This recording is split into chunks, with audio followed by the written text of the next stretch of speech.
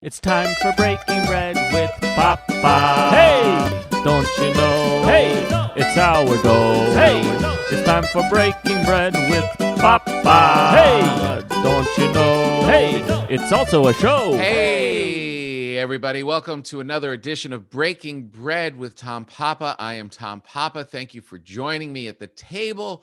Once again, we have an amazing show for you. Very excited. It's been such a great week. I've got a lot to talk about, and I'm going to introduce you or reintroduce you or just spend some time with the legendary comedian Todd Barry, who's just so damn funny. I just love him so much. And he was at the Comedy Cellar this week when I got to spend some time in New York City. I'm broadcasting right now from North Carolina, and he had given me some food recommendations, and he was talking about how much he loves our podcast. So we're going to spend some time with him, and then we're going to do a quick bite with my good friend Kira Soltanovich. And by calling Kira, she will be the most the guest with the most appearances on Breaking Bread, because she's been on twice. Everybody loves her. I love her more than you do. And we're going to give her a call, and that's going to be 3 times that Kira will be. I just have to check in with her because we work on the road all the time, and now I'm back on the road, and I want to know where she is and what she's doing.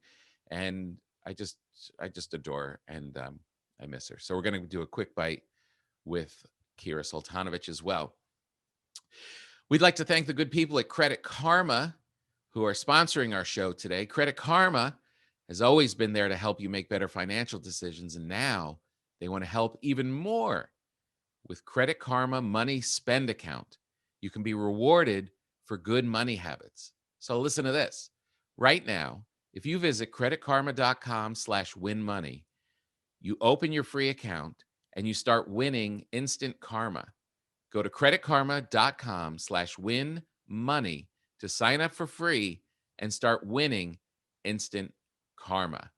You do your purchases with them, and you have a chance of winning big money. More about that later. So thank you for coming aboard creditkarma.com. So as I said, I took a jet plane, and I went to New York City from the last time I spoke to you. And man, oh man. First of all, I land and it is just popping off. The day that I got there was the day that they came out, the CDC came out and said that mask thing that you're all doing, you don't have to do anymore. I know there's different rules in different places and there's different things. You still have to wear it on the plane, of course. But there was a joy in New York City that was palpable. You could just see everybody running around. The weather was perfect, which is just always a insanely good time when you're in New York at springtime, and everybody is just shedding their winter clothes, and it's just all these beautiful people on the streets. And there was a freedom and a hopefulness because look, as we're making our way and there's starting to open things up, it's really the mask is like the last remnant, right? It's the last thing that's hanging over you. And you still got to do it in some places, but as they're making the progress and people are just ripping them off, I really feel like the only reason a lot of the places, the little coffee shops and the little spots that are keeping the mask rules, I think it's just because they have the signs made.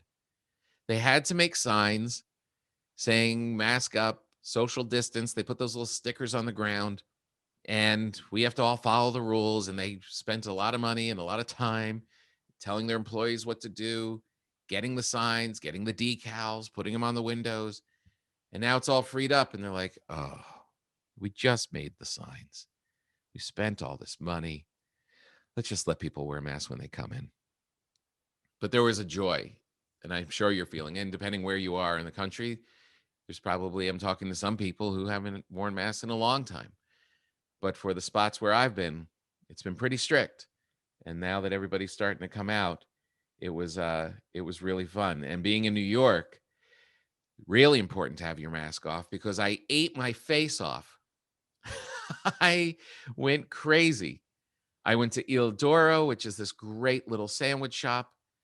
I found this great new bread baker who actually is starting to provide the bread for Il Doro. Such a great little spot. I love that place so much. I get this Michelangelo sandwich, which is prosciutto and hot peppers.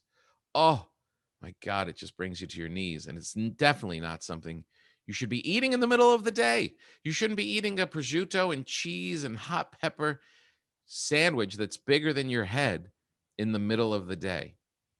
The bread, oh, the bread is so good. And the bakery I found, it's in Soho, right around the corner, Crispy Heaven Bakery.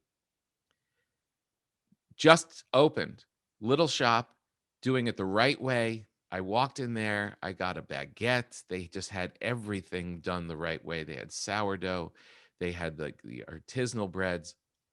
And just by this weird little bread thing, I'm in there. And then a guy I recognize who had been in talking to the guy at Il Doro was in there as well, syncing them up. I know this doesn't mean that much to you, but for me, someone who loves bread and keeps their eye out to like see that one of your favorite places is now hooking up with a new place. Oh boy, did I get excited. I call it bread karma. It was definitely bread karma. I went there. I met up with Matteo Lane. He made me, we've talked about his carbonara. I had to do this big show. I was doing Come to Papa at the Village Underground. It was very exciting. We only had a limited amount of time, and Matteo comes running in. We can do it right now. And ran to his apartment that is right around the corner from the Village Underground, ran up the stairs, 4 flights to his place. He's got al dente pasta. He's got the carbonara, the pecorino, and the cheese. That is cheese, with the egg yolk and the guanciale already fried up and crispy. And he whipped together carbonara in 10 seconds. I ate it like a madman, standing up, and then had to run back downstairs right onto the stage and start the show. And Matteo was on the show. He was hilarious. Dave Hill was on the show. Hilarious.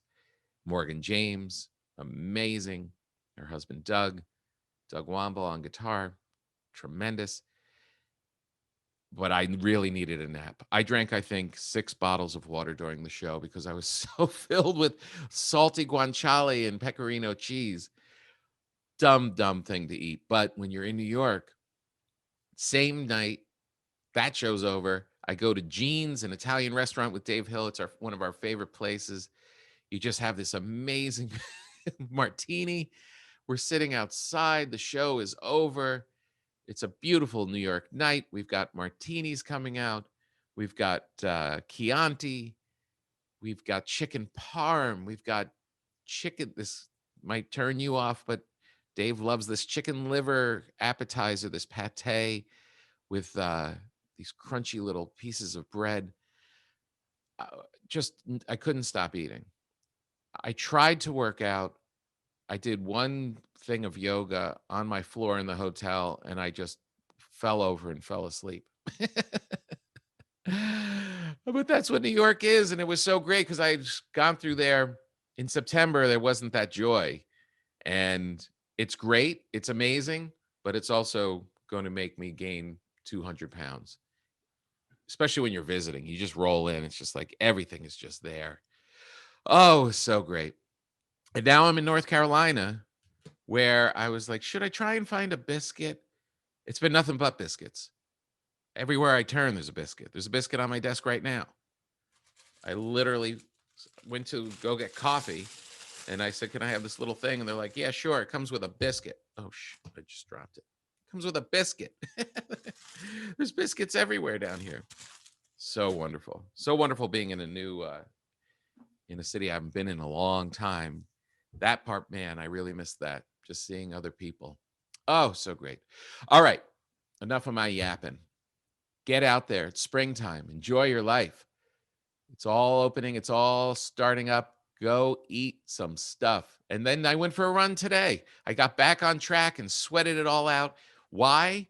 Is it so I can look great? No. Is it so I can feel great? No. It's so I can go out and eat more.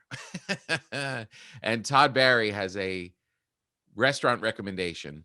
And you'll find out why when we talk to him, why I'm taking it very seriously. He's not someone that just stuffs his face mindlessly. So enjoy this now. Todd Barry, great, great comedian. Check him out everywhere. Everybody knows Todd, but if you don't, he's got great books. He's got great specials. He's on Netflix. He's got a great, you go on YouTube. Just go down the wormhole and find all things Todd Barry. And when we come back, we'll grab a quick bite with Kira Soltanovich. Thanks for doing this, Todd. Thanks for having me. This is so exciting.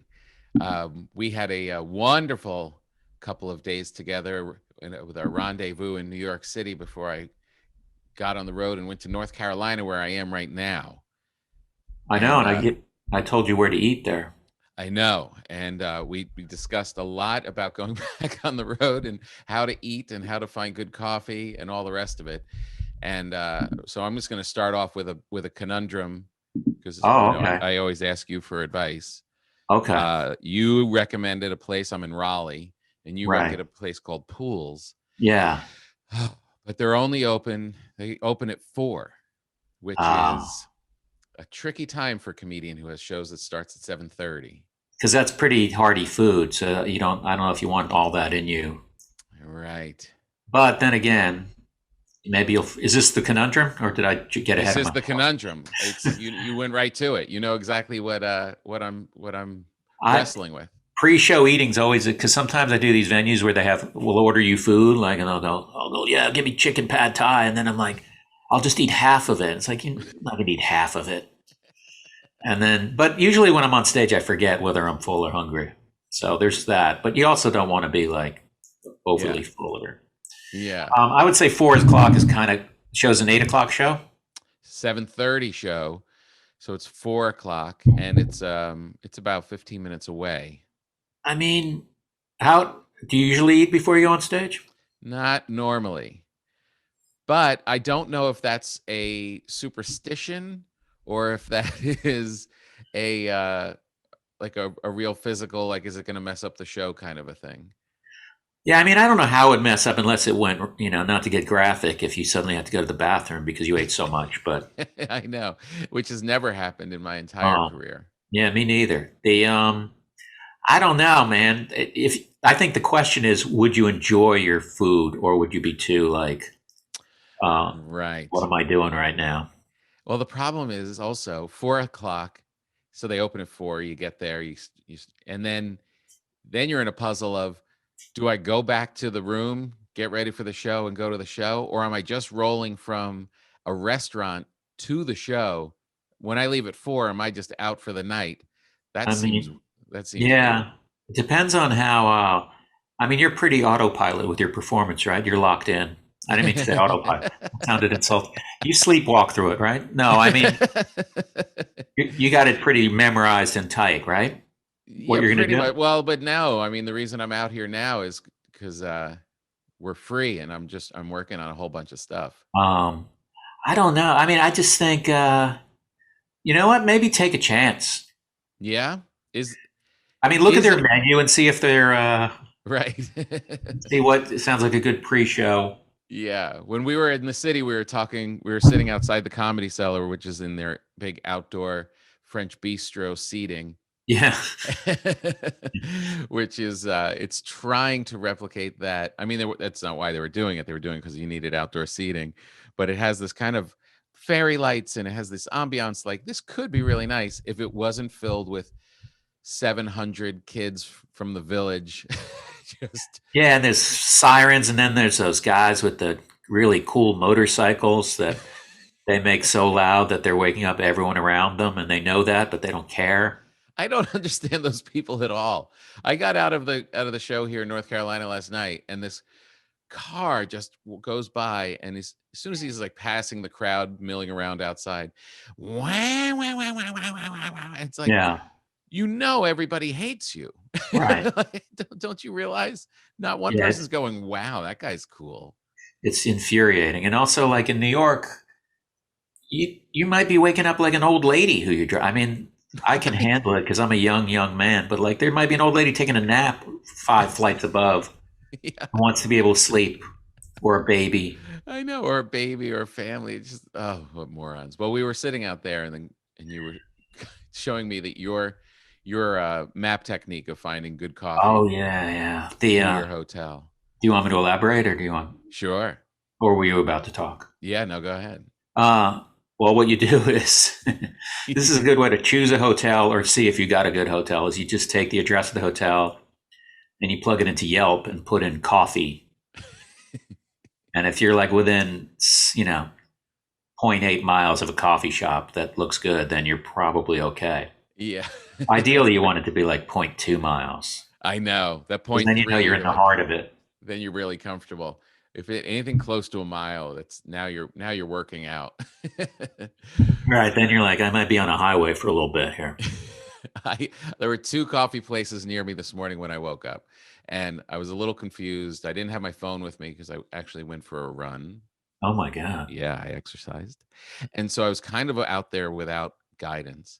And I checked the map and I was like, okay, there's coffee that way. And I think there's something up that way. So I started with the one on the right and it looked a little sketch. It looked a little bit like a gas station food mart kind of a setup. Right. But then they had this nook, this deceptive coffee section of it with the chalkboard and all this, all the right things you're supposed to have in a nice coffee shop. I was like, I'm not sure. And I said, I'm the only one in there. And I said to the guy, how's your coffee? Really? You were that guy, huh? Yeah. I was like, so how's your coffee? And but not like with sincerity, a little jokey, but Like a little, still, right. Yeah. To get Passive aggressively trying to find out whether. Right. Exactly. Which I'm very good at. And he said, hot and black. I was like, all right, I'm in the wrong place. Yeah, you need like the sort of, I always think a good review of a coffee shop is where, if they say that, and I think I talked about this in my book, where if they say that, if you see one review where someone says the staff was rude, that's a good coffee shop. Because first of all, they're lying. They're never rude. They're just like, the guy doesn't, if you're used to spending 75 cents for coffee, then you're going to think the $5 coffee. Right. Or maybe they're nice to me because they lose their minds when I walk in because they can't believe it. But oh my God, it's a I celebrity. can't believe I just said that. Take that back or delete that. But yeah, I mean, you want like I think I don't know what you want, but I think you don't want a place where they also serve like Ruffles or something. Like there's a display of Lay's potato chips. That's exactly what it was. And I was like, but maybe there's like a young person here who's trying. There's like I said, it just looked coffee shop-ish. And he's like, and then as he's after the hot and black comment, then he made some slightly offensive Jewish jokes. And I was oh, like, really? Oh, yeah. Well, then you should have just told me that at the beginning. I'd say, don't go to that coffee shop. I know. So I had already started the order. So I got the coffee and I was like, don't be a snob, Tom. Try it. No taste. It was just hot and it was just black and I threw it away. And then I went the other direction and that was all the beautiful people. Oh. It was so Yeah, nice. I feel like if you're passionate about your coffee, you're probably not going to describe it that way and then make racist jokes. Right, exactly.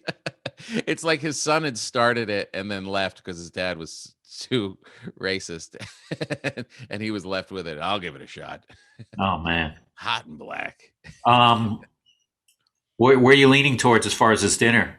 You're not there on a Sunday, are you? Like when you can have brunch or whatever, or lunch? Brunch, do you ever do that? Do you ever stay the extra day? It depends. I sometimes take days off because yeah, I mean, especially if it's a city I want to go to, or at least I like to fly in the night before, which I didn't used to do when they asked me to do radio, but now I try to sort of avoid places like that. But I like to just, I like to you go to catch a later flight the day before. Right. You had a dinner. You have a free night to have dinner. Right. At the place I recommended to you, and then so your shows are Saturday and Sunday. Today's what, Friday? No, Friday and Saturday, and I'm too tight, and then I'm like flying out at 6 a.m. So if I should just do it, I think you should do it. Yeah, this is the mentality that I'm trying to have, and I'm already fighting it, kind of going against it. This kind of return to comedy after our sabbatical, our forced sabbatical. I'm trying to be looser with it and not be caught in all of the old habits and maybe all the old rules. on stage and off, like even like traveling down here yesterday, I was just, no stress in the airport. I wasn't, just give yourself I checked a bag, which I never do. I kind of Just like checking a bag. I mean, I do try. I too. sometimes regret it, but like I do like just walking around with a backpack, especially because I Yeah. get to the airport 4 hours before my flight and Do end you? up walking around. And then I'm like, why am I here so early? But I've also never missed a flight. Right, right. And then But yeah, and so I'm trying to break these kind of like habits, and it was like, well, my habit was I had to like dial it in and like stay in my room and then go to the show and eat really light and then go to the show and then do the show. But why not just go with my other yeah, I apps on my feel phone? like at some point you get good enough where it's not like I would have had a good show if I hadn't had that 4 o'clock dinner. Like it's not going to be that way. It's going to be like you're going to because you've done shows sick, I'm sure, and there's just Yeah. we sort of so eat that heavy meal. Oh yeah. I think you should do it because that way you won't have any sort of like, oh, I should have done that. Mm-hmm. And the worst that Yeah. can happen is you're full on stage. Now, why is this place so good? I think I've only been there once or twice, but it's just kind of like you just feel like they're serious. It's like it's relaxed, but it's like it's just kind of a cool vibe, and the food is good. It's kind of American food. I Right. think that's what it is. I haven't been there. I remember having some sort Yeah. of roasted chicken. I think it's just Uh-huh. yeah, What is simple American fare, if I recall. what are you into right now? Because you do appreciate good food, and that's why I'm taking this recommendation very seriously. I what am I into? Oh, well, something I've discovered in the past, I don't know, 8 years is Japanese curry. Have you ever had that? No, Oh, that's good. really? It's just kind of curry, but it's not the same flavor as Indian curry. Uh-huh. Just simple, sauce with either chicken or vegetables and just over rice. Oh, Some nice. places have spice levels you can get. Ah, Really? I've never even heard of Japanese curry. yeah, we'll go in the city. Oh yeah, that'll be good. I know. I always feel like when we're hanging around the cellar, you're always like milling around, like I could eat It here. doesn't sound good. I've got no, I've got time. I'm done with my set. I could eat here, but I always sense that that there's better out there, and you, Well, it's not so much that there's better. It's just that I know I'm going to eat at the cellar 180 times in a year. right? And it's kind of in an area where like you can explore other food options. It's not like this is the only place you can eat. I know, but But it's it's really, sometimes hard to get comics to like, come on, just let's walk 2 blocks, I know. and then we'll come back. You were trying to get me to go to the Bowery with you, and I was like, I don't know if I have another location in me tonight, Todd. Well, I was excited about asking you to go to Bowery. Then I don't know what I did my set or I did something, and I came back out and you had a plate of nachos in front of you. I was like, okay, well, he's not going anywhere else. I was just lazy. It's the Those were problem. good. Those are good nachos there at the Cellar. They are good. And that's the Tom Papa style because they ruined them. They have a new version of them. Oh, what's the new version? Well, the classic Comedy Cellar nachos, the Olive Tree restaurant, which is up above, it was that they did this brilliant thing, which I had never seen served in a restaurant before, where they give you a whole plate of chips with nothing but cheese, just Yes, cheese covered off, and then a side plate with all the yes. nacho stuff. Because the most disgusting part of a nacho is Dipping when, your fucking hands in there. yeah, and you've got some salsa, and then you got some like heavy sour cream patches. And it just becomes a disgusting mess. But if it's nice and clean with the chip and the cheese, then you have your options to pick up a jalapeno on your Yeah. way to your mouth. Maybe, I have a maybe, famous Todd Barry style nachos, which is pretty similar to yours, where it's just like, especially at comedy clubs, we like Todd Barry style nachos. It's just cheese and jalapenos, nothing else. that's No great. olives, nothing messy. Just that's all I want. Yeah. A lot of heavy on the jalapenos, Oh, yeah. It's going to be a but little trouble sleeping that night. yeah, whatever. But I don't like messy foods. Like you see an ad for like a chicken sandwich, and look, the juice is dripping onto my forearm. It's like that's fucking disgusting. I know. I It's like a really nice true. I like dry food. I do too. And when I'm out with other people, I've been pretty conscious lately of get something that you can eat with a fork or with chopsticks. Don't get something that you are having to use two hands and put it into your face, especially if it's like someone you don't see that often. there's something a little more elegant and restrained if you're having to use a utensil. Yeah, yeah. Are there foods that you eat with the fork? Do you ever eat like fries with a fork? No, that's ridiculous. I sometimes will because I don't like greasy hands, and also depending on how clean my hands are. But Right. I just thought of another restaurant, and I actually know the owner of it, but it's in Chapel Hill. In Chapel Hill. Is that near where I am? I don't know. I can find out. I'll find out after, and then I'll send appropriate texts. Okay. Because I forgot about that, because I think it's in Chapel Hill. So are you going back on the road? I am. Well, tomorrow I'm doing a one night in Royersford, Pennsylvania, which I don't know what it's like. I heard the club's good. It's like a tent. Then I have like another thing in June, and then I'm really starting to kick in, starting July, August, going all over. Nice. I kind of just like send me anywhere. Yeah, I know. It really is so delightful. Just like walking around in a new neighborhood again, hearing people with accents. It's like, I'm someplace different. Yeah, I get excited any city, especially if it's a city I've never been to, I get excited, even if it's like a city I wouldn't consider ever going to. Normally. And are you going to be doing your brilliant crowd work, or will you be? It's funny. I'm generally not going to do that, but I just got an offer in Chicago area, and I was like, God, I was kind of, because it's like I was there right before the pandemic. So if you don't count the pandemic as any sort of progress time for comedy, yeah, it's like coming back 2 months later, I feel like.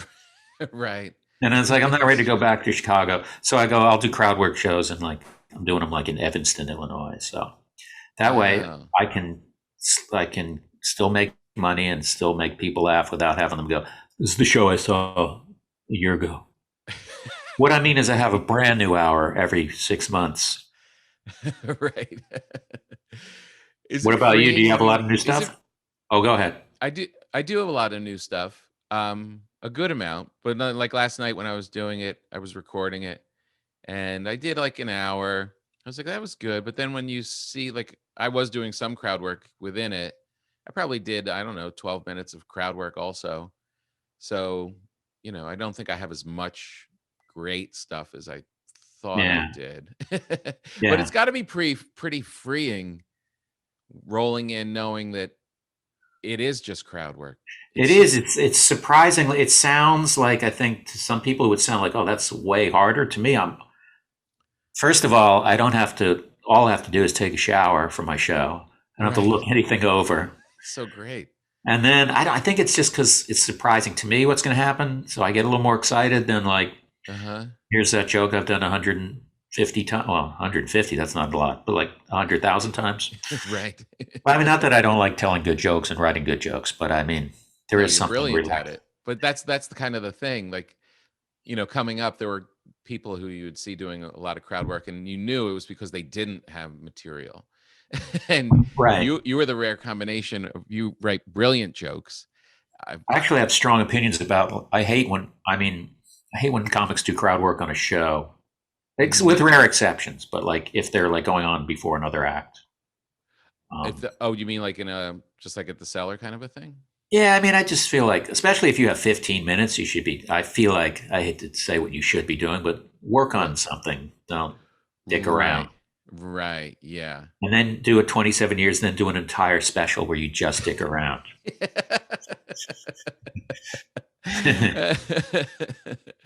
Is it, do you think the crowd comes in with a different expectation when they know it's a crowd work show? I think they're surprisingly, like, some people think, oh, the crowds must be crazy. And like, they're actually, my fans are pretty not sophisticated, but they are sophisticated, but they're also well behaved. And sometimes it's kind of like, it's hard to get them to talk. But yeah. I don't push it too much, because if someone's just like clearly uncomfortable, then that doesn't do anything for me. Right. That's got to be so nice though, that just hearing that, like, because now I'm like, so like, why don't you do some all crowd work shows? That's your thing. No, I didn't invent it. I mean, I made it incredibly famous and put it on the map, but well, what's also frustrating is when you are working on stuff and you have like a lot of and stuff that's working and like it's really enjoyable. But then you throw some crowd work in. Invariably, Right. when people come up after the show, they always bring up the funny thing that happened with the crowd work section. Right. They're like, that thing with the guy who sneezed during your act. Yeah. It's like, I'm glad you like that. How about that mailman? That was so perfect. Because What it about that seems joke like it's that I magic. spent 30 hours trying to work on? Yeah. Yeah, it does seem like a little magical kind of thing. Yeah. It seems like they think you have like another power. Right. But you do. I do, yeah. What's that big arc behind you? Oh, you know what that is? That is, I'm glad you asked about that. That's the cat exercise wheel. Oh, really? Yeah. I have a cat. I don't just have a cat. I don't just use it myself. she just gets on there and goes, and she freaks out on it, right? Yeah, it spins, and the idea is to wear her out so I can sleep. Wasn't she attacking you in your sleep? She was, yeah. She was, she goes in and out of like where I'm like, I need to call professional help. Like I got a call from a behaviorist vet that I'm trying to make an appointment with, but lately she's been quiet, but she gets a little attacky. She's sort of you have cats, right? Yeah, we have one cat. We've had a lot of cats throughout the years, though. She's a little, I call her fiery. That's how I describe her. She's a very sweet cat, but she's not one of these like bump on a log cats where you're just like, come here, sit on my, like she'll sit on my lap, but it's got to be her choice to sit on my lap. But I don't even know what your original question was because like it was really about the arc. It was this really does seem like a love affair. But yeah, it's really funny when she uses. But it was also a thing where like I was you know it was like couple $100, and then I was like then I had to build it, which was it's one of those things. Hey, build it in 15 minutes. Okay, 4 hours later, I'm crying and sweating and punching people and thinking about hiring someone to fucking like. But the cat's confused. And then I was like, what you're doing. The harder I'm building this, the more likely is she's never going to use it. But then she actually started to. I figured out how to get her to use it, and she uses it. So that justifies. Did you have pets growing up? Did you have pets as a kid? I had a cat when I was younger. Yeah. And then like an iguana or a snake or two, and then I had a girlfriend a few years ago, who had a cat, and she lived with me. They both lived with me, her and the cat. Oh, really? Yeah, and then that ended, and she took the cat, and then I was like, I'm going to get my own cat. And now I'm like, whoa, I fucked up. No, she's looking at me right now. Look at that. What's her name again? Her name is Michaeline, which is a very exotic name, but it's the name she had. And I just said, I'm keeping that. It's kind of cool. What's your cat's name? My cat's name is Bowser. Really? Sort of a dog name. Yeah, sort of a dog name. Acts kind of like a dog. In LA, goes outside all the time, will not stay in the house. Just goes out and hunts. See, do you worry about coyotes? Yeah, actually, we're on high alert right now because across the street, there's our neighbor. It's kind of like a tiered hill behind her, and there's a family of coyotes living up there. So we're very concerned, and we're not sure if they're coming down and hunting. Our dog is going crazy because she senses this family is there. But there's no stopping this. There's no stopping this cat. You can't stop this cat from going outside. You just can't. And it's kind of like he knows the risks. Man, that's scary. It is scary. But that's the way of the wild. You see, you have a lot of land, do you? I wouldn't say a lot of land. Enough land for coyote slaughter. It doesn't take much land for a cat and a coyote to be in the same spot. No, exactly. Oh man. Yeah. What kind of food did you grow up with, Todd, when you were on the hike with your pet iguana? For myself, what kind of food? I was always I'm still kind of a picky eater, but I'm way more adventurous than I used to be. But I'm not one of those people who like, just bring me food, I'll eat it. Like a chef's tasting menu is like my worst nightmare. Because I know they'll be like, they try, they put so much effort and artistry in it. Like that has a mushroom in it. I don't want to eat that. That has a whole tomato. I'm not gonna. So I was kind of picky, and I kind of like. I remember like I like my orange juice strained without pulp, and I remember eating a lot of Ritz crackers with peanut butter on them, which was somehow called a lunch. And my mom made these pork chops that she called sake pork chops, which is kind of like, I mean, sake maybe. I think she called them sake, but I don't know if she made that up. But clearly, it was attempted Asian influenced without cultural appropriation. Just kind of like she wasn't pretending. She was like early '80s. Just she was give it a try. Early '80s, Jesus. We're talking '70s, my friend. But nice. Was she a good cook? I mean, she made some good stuff. I don't know that. She wasn't like. I don't think she was like a super passionate cook, but I think they made some good stuff. And my dad would barbecue and burn stuff, and it was a terrible childhood food wise. No, it was fine. You'd just be watching your dad at the grill ruining stuff. Go inside, like, grab some Ritz crackers. I think maybe that's where I got my love of burnt food. Do you like food? How do you take? Do you like burnt food? I kind of like I got a bagel the other day in Arizona, and it was kind of burnt. I was like, oh, good. I know. I'm with you. I would like that. I like burnt pretzels. Yeah. Ooh, burnt pretzels is one of my favorite snacks. Do you like mustard? Oh, I love mustard. Any kind of mustard. I love mustard. I just was reading someone on tweet. Some people were doing like food controversies, and someone was like, mustard should be outlawed. I know they're not serious, but how do you not love mustard, man? I love mustard. Do you like tuna?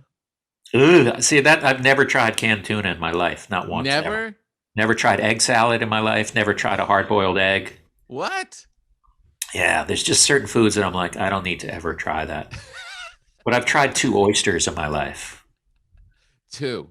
Yeah, and I wish I liked sushi, but I'm gonna try that sushi. Every like 20 years, I'd try sushi again.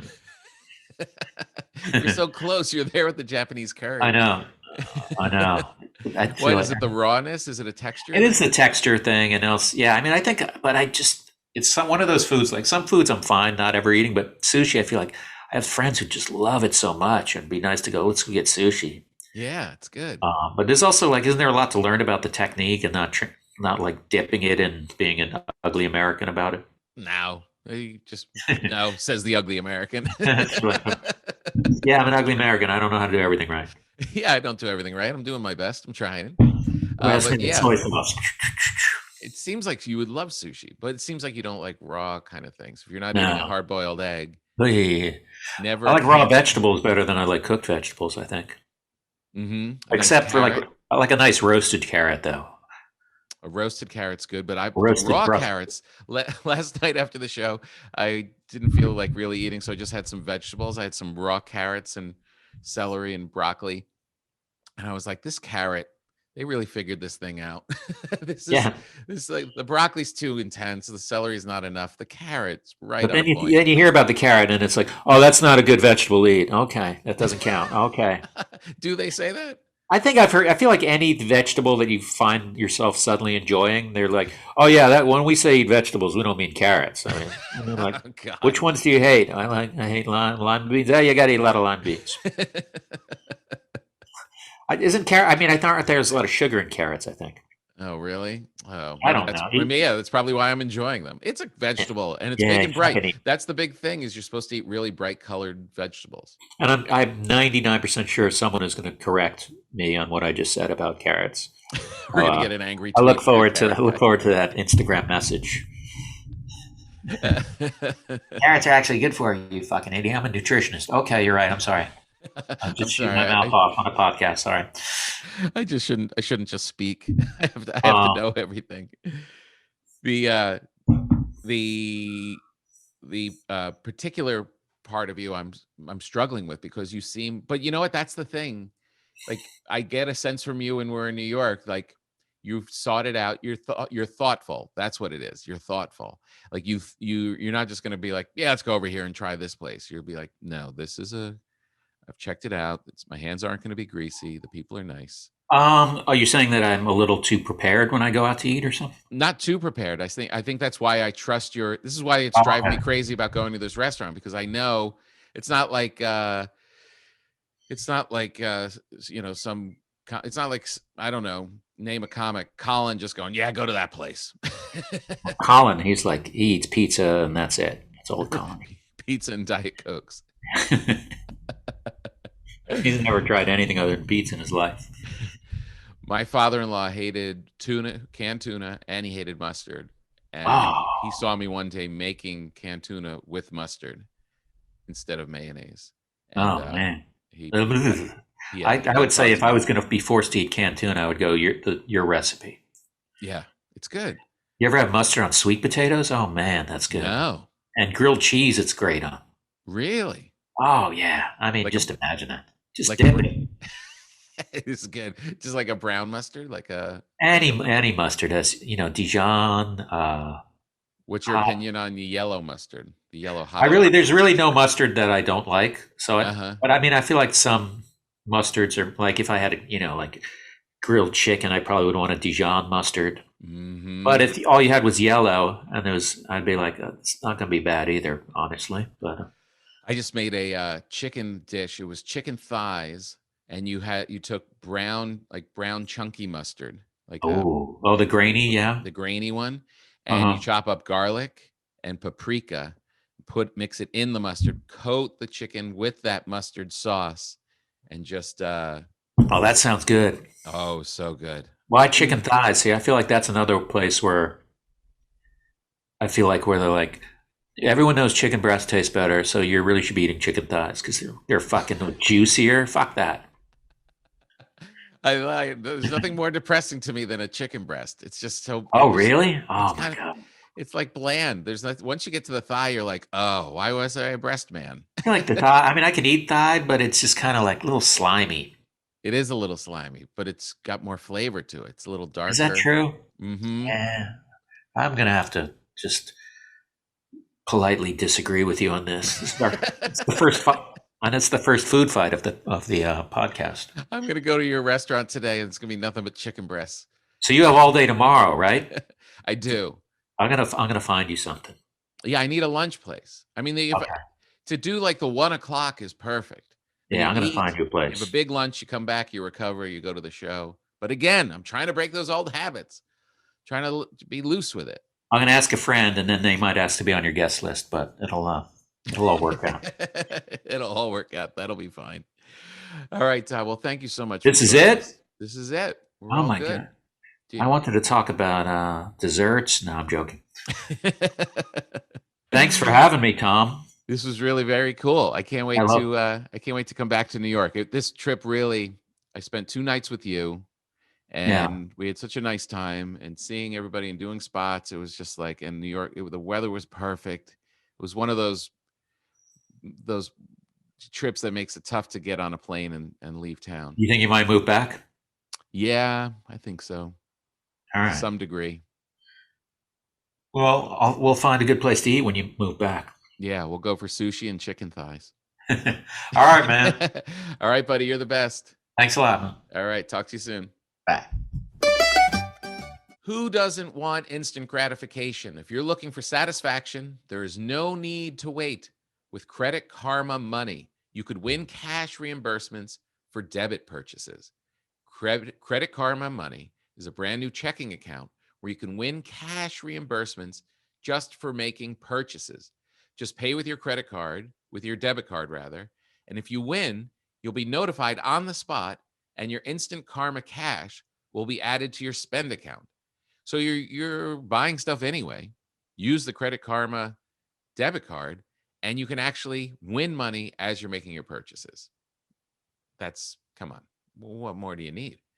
Open your FDIC insured spend account for free. There's no minimum balance requirements, no overdraft fees, and fee withdrawals from a network of over 50,000 ATMs.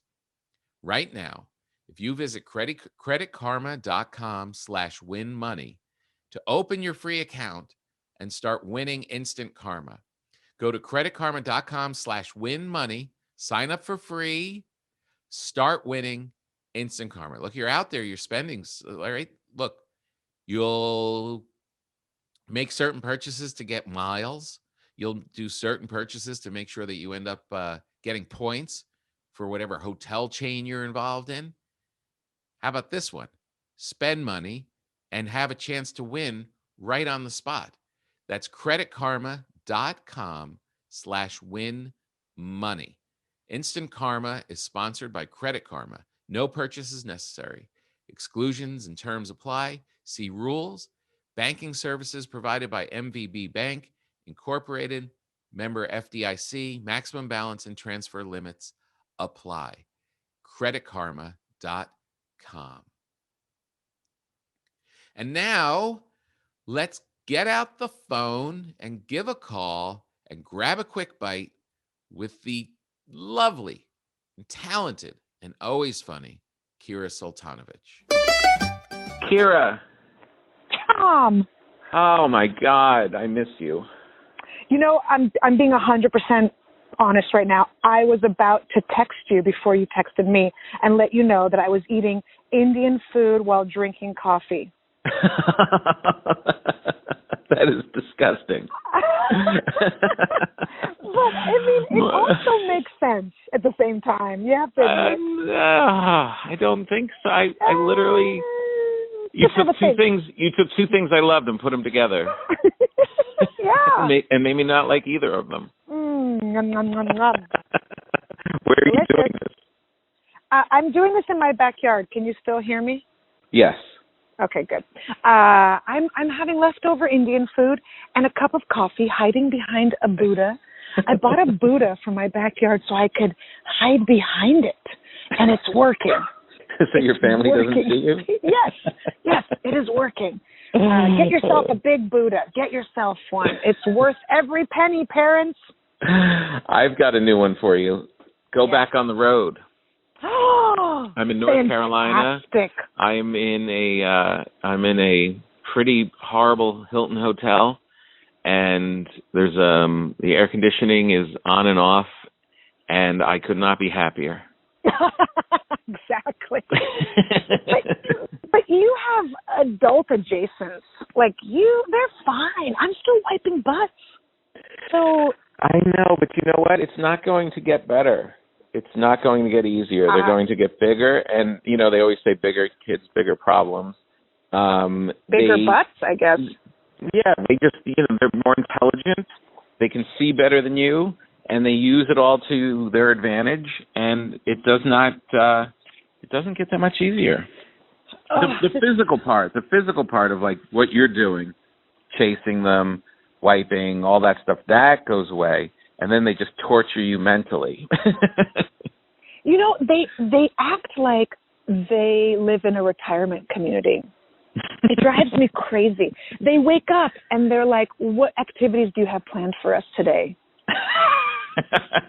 They look at the flyer, the daily flyer on the refrigerator. Yeah.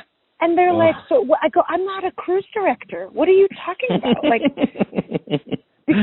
because we're homeschooling. Yeah. And so they wake up and they're like, "Did you make a scavenger hunt in the middle of the night for us to wake up to?" This place is really slipping. Yeah. And I go, go look outside in the backyard for all of Mommy's dreams. I scattered them all in the backyard. Go look for them. I mean, it's nuts, but I'm very jealous of you, and I would love to be in any of the North Carolinas, north, south, east, west, any of them. I would love to be in them right now.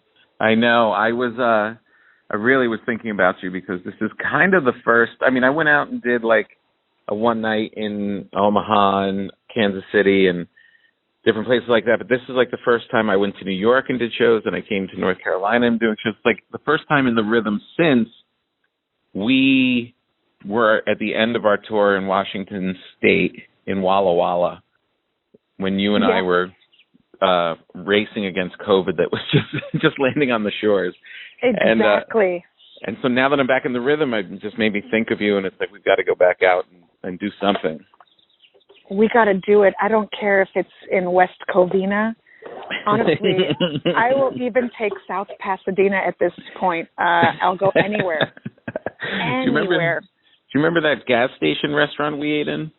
I just told my husband about that gas station restaurant a couple days ago. It was amazing. Yeah. I looked it up online. It's called Andrea's Kitchen. It was in this. It literally was a food mart of a a gas station, and it was some of the best food I think I had all year. Well, I'll let you know right now that this is like a very popular thing in Europe. We're just figuring it out here in the States. In Europe, I had the best food at the little itty bitty gas stations. And I don't even know if it was a gas station. I know there was a pump and something crude flowed out of it.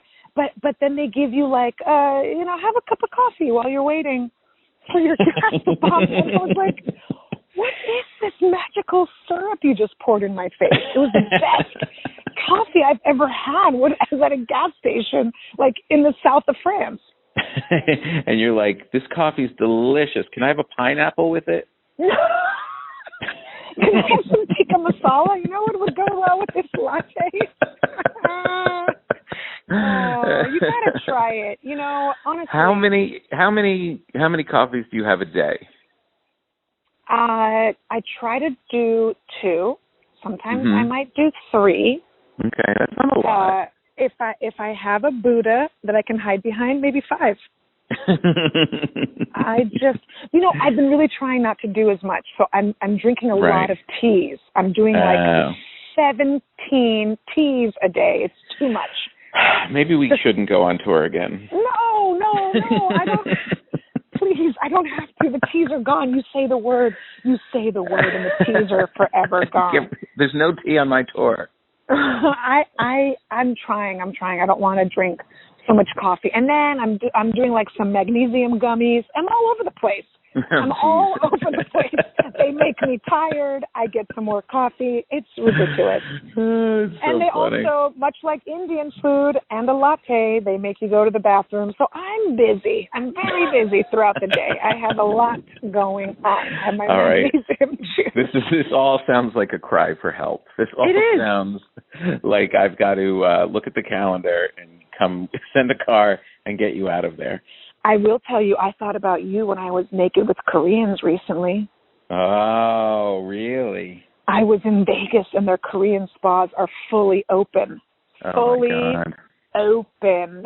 Really? Yeah, so I went and got scrubbed and sweat and like had a Korean woman yell at me. Yeah, it was fantastic. Oh, it was fantastic. I still haven't done Korean. Yeah. That'll be next on your list. All right, I'll put it on the list. You draft the tea, and I'll find a massage therapist. Do it in North Carolina. They're everywhere. You think so? Yeah. Do you know what they say? North Carolina, North Korea, sister cities. All right. I miss you. I miss you. Good luck with the Buddha. Thanks. I'll talk to you soon. All right. Sit tight. All right, kids, that's the big show. Thank you for spending time again here at Breaking Bread. Thank you to Todd Barry. Thank you to Kira Soltanovich. Thank you to Credit Karma. And thank you to you. Make sure you subscribe. Make sure you give us lots of likes and lots of love as the community continues to grow. I love hearing from you on social media. Keep it coming. Let me know what you want to talk about, who you want to invite to the table. You're the host just as much as I am. So let me know who you would like us to invite and spend some time with. I will be back in Los Angeles next week, and I will give you a biscuit update. Take care and enjoy your life.